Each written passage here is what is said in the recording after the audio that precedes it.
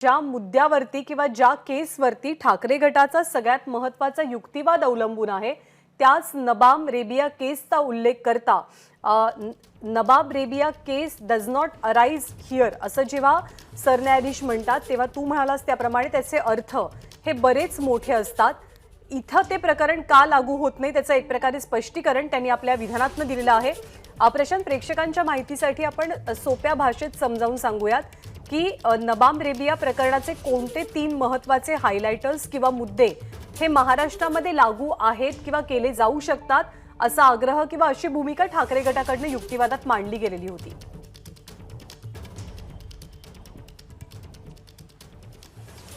साहजिकच आहे की इथे अविश्वास प्रस्तावाची ती नोटीस आणि त्याच्यानंतर निलंबनाच्या नोटिसा ह्याच्यातला जो एक संघर्ष आहे तो खूप महत्त्वाचा आहे। कारण म्हणजे जेव्हा नोटिसा दिल्या त्याच्यानंतर लगेच अविश्वास प्रस्तावाची नोटीस दिली जाते, तर हे जे सगळे मुद्दे आहेत याच्यातून भविष्यातल्या सुद्धा बंडांना मग मोकळीक मिळते आणि त्यामुळं ठाकरे गटानं हा सगळा पेच जो आहे तो सुप्रीम कोर्टामध्ये उपस्थित केलेला होता।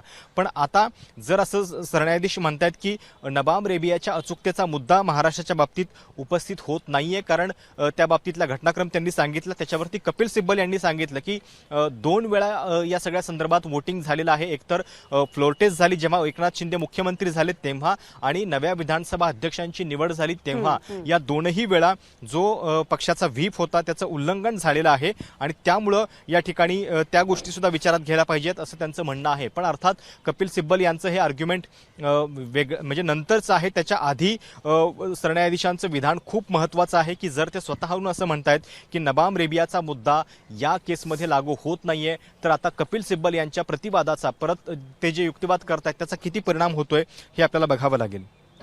बरोबर आहे। 2 वेळा सभागृहात झालेल्या मतदानाचा उल्लेख कपिल सिब्बल यांनी केलेला आहे। नबाब रेबिया केस महाराष्ट्राच्या बाबतीत कदाचित लागू होऊ शकणार नाही असा एक प्रकारचा अर्थ सरन्यायाधीशांच्या बोलण्यावरून सध्या तरी प्रतीत होतोय। अपात्र आमदारांवरती मतदानाची वेळच आली नाही असंही सरन्यायाधीशांनी म्हटलं, कारण व्हिपचा उल्लंघन केलं गेलं हा मुद्दा या संपूर्ण प्रकरणामध्ये इथे लागू कसा होतो हे दाखवण्याचा ठाकरे गटाचा प्रयत्न होता। जर का नबाब रेबिया केस इथे लागूच होत नाहीये तर त्या वादामध्ये आपण नेमकं का पडावं हा प्रश्न सुद्धा सरन्यायाधीश इथे उपस्थित करतात।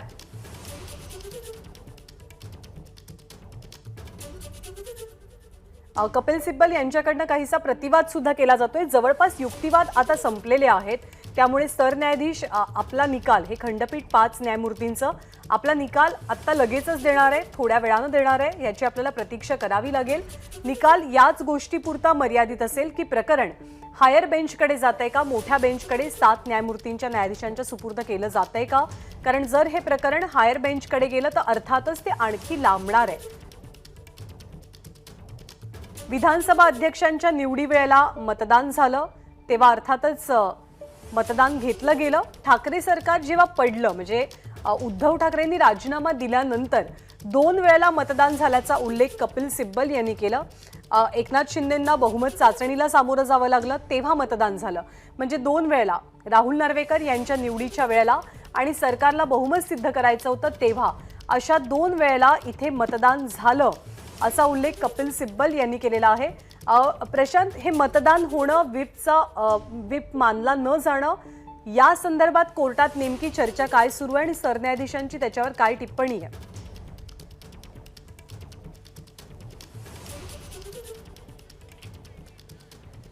नबाब रेबियाच्या अचूकतेचा मुद्दा महाराष्ट्राच्या बाबतीत उपस्थित होत नाहीये असं जेव्हा म्हणजे या 2-3 घटनांचं कारण दिलं जातंय। कारण एकतर पुन्हा एकदा हरीश साळवेंनी जो मुख्यमंत्र्यांच्या राजीनाम्याचा प्रश्न उपस्थित केला होता, तर त्या राजीनाम्यामुळे आता हा मुद्दा या ठिकाणी लागू होत नाहीये का हा सुद्धा प्रश्न याच्यामध्ये चर्चेला जाईल। कारण सरन्यायाधीशांनी जो घटनाक्रम दिलेला आहे की दरम्यानच्या काळामध्ये काय काय घडलं आणि जे अविश्वास प्रस्तावाची नोटीस दिली गेलेली होती तर त्याचं मुळामध्ये ती वेळच आली नाही, कारण दरम्यानच्या काळामध्ये मुख्यमंत्र्यांनी राजीनामा दिला आणि त्यामुळे ती अविश्वास प्रस्तावाची नोटीसच जर डिझॉल्व्ह झाली असेल तर मग आपण त्याच्या अचूकतेबाबत आत्ता पडावं का, हा त्यांचा मुद्दा आहे. आणि त्यामुळं या अनुषंगानं पुन्हा एकदा मुख्यमंत्र्यांचा राजीनामा आणि ते फ्लोर टेस्ट त्यांनी फेस न करणं, विधानसभा उपाध्यक्षांच्या विरोधातल्या अविश्वास प्रस्तावाची नोटीस त्या सभागृहामध्ये पुढे गेलीच नाही, हे सगळे मुद्दे जे आहेत ते याच्यामध्ये खूप महत्त्वाचे ठरतील असं दिसतंय. त्याच्यानंतर कपिल सिब्बल नंतरच्या काही मतदानांचा हवाला या ठिकाणी देत आहेत. त्या मतदानाच्या आधारे यांचं डिस्क्वालिफिकेशन व्हायला हवं. त्याच्यानंतर ज्या घटनाक्रमावरती ठाकरे गटाची मदार आहे तो घटनाक्रम ते परत एकदा सुप्रीम कोर्टाला सांगतायत आणि त्यामुळं आता पुढच्या काही मिनिटांमध्ये कदाचित आपल्याला सुप्रीम कोर्टाचं मत जे आहे ते कळू शकेल. 1.25 तास झालेला आहे, 12:15 वाजलेले आहेत आत्ता आणि अत्यंत वेगाने आज दिवसभरामध्ये ही सुनावणी होताना दिसतीये. अगदी बरोबर आहे. इथे मुद्दा आहे तो म्हणजे बहुमत चाचणीचा आणि तत्कालीन मुख्यमंत्र्यांच्या राजीनाम्याचा. मुद्दा इथे असा उपस्थित केला जातो की आमदारांकडनं व्हिपचं उल्लंघन केलं गेलं, परंतु 30 तारखेला फ्लोर टेस्टचे आदेश दिले गेलेले होते की बहुमताची चाचणी महाविकास आघाडीला पार पाडायची होती. पण 29 तारखेला उद्धव ठाकरेंनी आपल्या मुख्यमंत्री पदाचा राजीनामा दिला, त्यामुळे अर्थातच सरकारच गडगडलं. ती बहुमताची चाचणी काही होऊ शकली नाही, त्यामुळे आमदारांनी व्हिपचं उल्लंघन केलं याचा संबंध इथे जोडता येत नाही. जर मुख्यमंत्र्यांनी राजीनामा दिला नसता 30 तारखेची फ्लोर टेस्ट झाली असती आणि ज्या आमदारांवरती अपात्रतेची टांगती तलवार आहे किंवा त्यांना तशी नोटीस दिली गेली होती त्यांनी जर आपल्या पक्षाच्या विरोधात मतदान केलं असतं तर मग व्हिपचं उल्लंघन होणं किंवा त्यांच्या मतदानाचं नेमकं काय करायचं हे मुद्दे उपस्थित करता आले असते, असा एकंदरीत न्यायालयाचा सूर आपल्याला पाहायला मिळतोय. आणि याच मुद्द्यावरती पुन्हा एकदा प्रतिवाद करताना कपिल सिब्बलांनी 2 मुद्दे मांडले की जरी मुख्यमंत्र्यांनी राजीनामा दिला तरी सुद्धा त्यानंतर 2 वेळेला मतदान झालं. ते मतदान एक होतं अध्यक्षांच्या निवडीच्या वेळेचं आणि दुसरं होतं जेव्हा एकनाथ शिंदेंना मुख्यमंत्री म्हणून आपल्या सरकारचं बहुमत सिद्ध करायचं होतं तेव्हा. नबाब रेबिया या केसचा जशाचा तसा अर्थ आपल्याला महाराष्ट्राच्या केसच्या बाबतीत काढता येणार नाही, या मुद्द्यावरनं हा सगळा युक्तिवाद सुरू आहे. आणखी काही अपडेट्स आपल्याला प्रशांत देतोय. प्रशांत,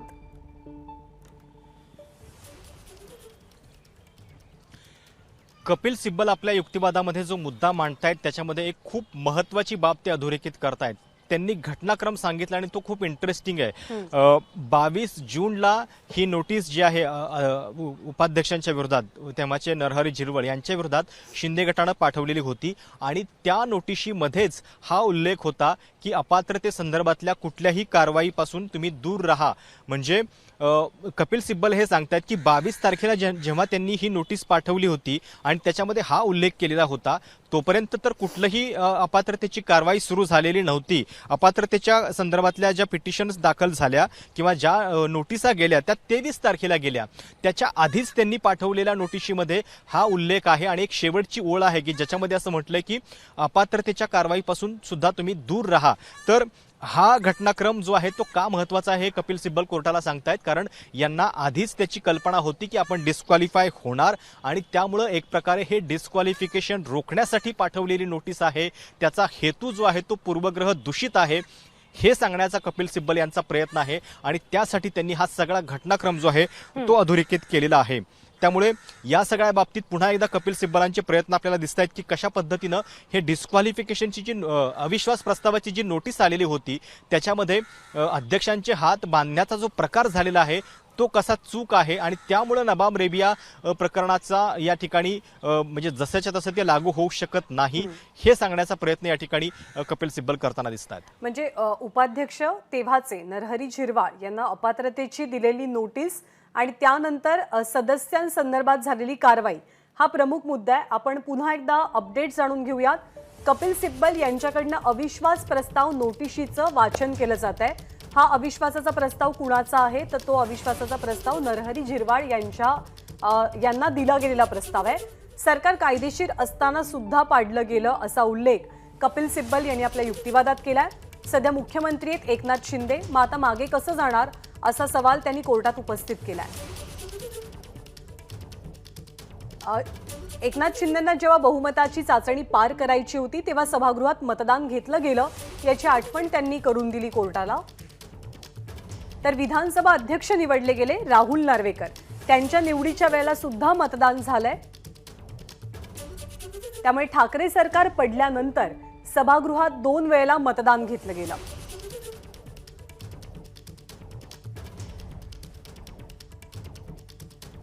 शिंदेंची बहुमत चाचणी आणि अध्यक्षांची निवड या 2 वेळेला मतदान घेतलं गेलं। त्यामुळे आता कपिल सिब्बलांचा प्रतिवाद ऐकून कोर्ट कधी आपला निर्णय देत आहे हे पाहावं लागेल, कारण कोर्टाचा सूर एकंदरीत असा पाहायला मिळतोय की महाराष्ट्राच्या संपूर्ण प्रकरणाच्या बाबतीत नबाब रेबिया प्रकरण लागू होत नाही। त्याचा रेफरन्स आणि महाराष्ट्राची परिस्थिती ही वेगवेगळी आहे। ठाकरे गटाचा आग्रह आहे की हे संपूर्ण प्रकरण अजून हायर बेंचकडे जावं। अपात्रतेच्या पूर्वकल्पनेतनं अविश्वासाची नोटीस अध्यक्षांना पाठवली गेली, म्हणजे नरहरी झिरवाळ यांना पाठवली गेली। पुढे काय होणार हे शिंदे गटाला माहीत होतं असा सुद्धा इथे उल्लेख झाला। बुद्धिबळाच्या खेळाप्रमाणे पुढची खेळी ओळखली गेली असं सरन्यायाधीशांनी म्हटलं। प्रशांतकडे याच मुद्द्यावरती आपण जाऊयात। प्रशांत, काय टिप्पणी सरन्यायाधीशांची आहे?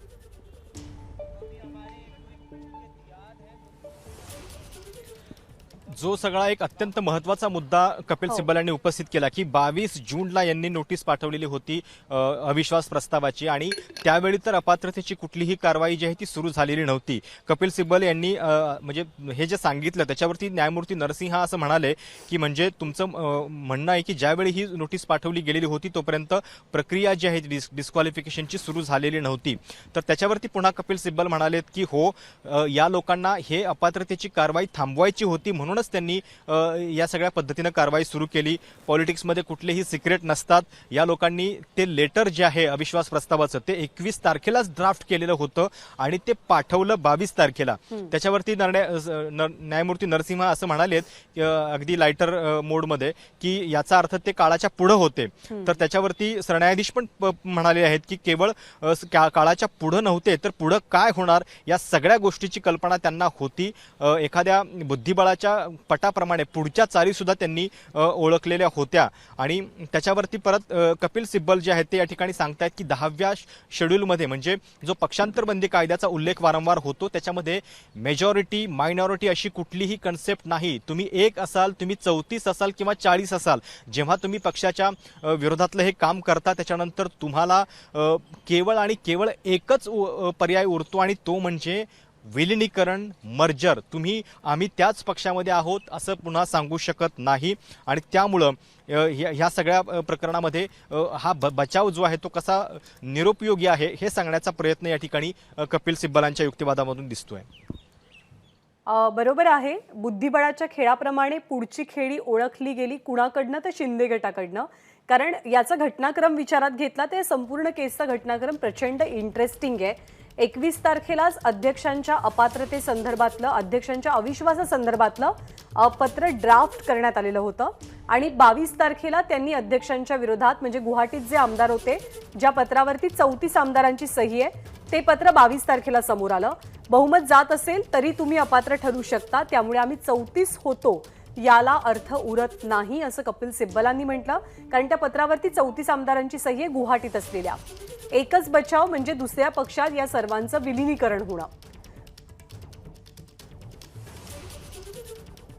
2 ते 3 मुद्दे कपिल सिब्बलांनी इथे मांडलेले आहेत।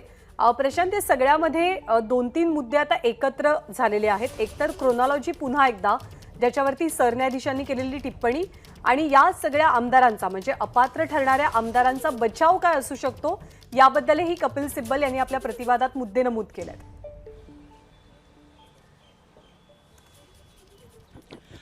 ज्ञानदा, आत्ताची एक सगळ्यात परत मोठी अपडेट म्हणावी लागेल। कपिल सिब्बल यांनी हरीश साळवेंचा जो युक्तिवाद होता, हरीश साळवे जे म्हणत होते की हे सगळं प्रकरण आता अकॅडमिक आहे आणि आता याच्यामध्ये मागं जायची काही परत गरज नाहीये, तर त्याच्यावरती कपिल सिब्बल यांनी असं म्हटलेलं आहे की नाही, हा मुद्दा जो आहे तो अकॅडमिक नाही, कारण या सगळ्या प्रकरणाचे परिणाम जे आहेत ते भविष्यामध्ये वारंवार होत राहणार आहेत आणि हा मुद्दा जो आहे तो कायम उपस्थित होत राहील।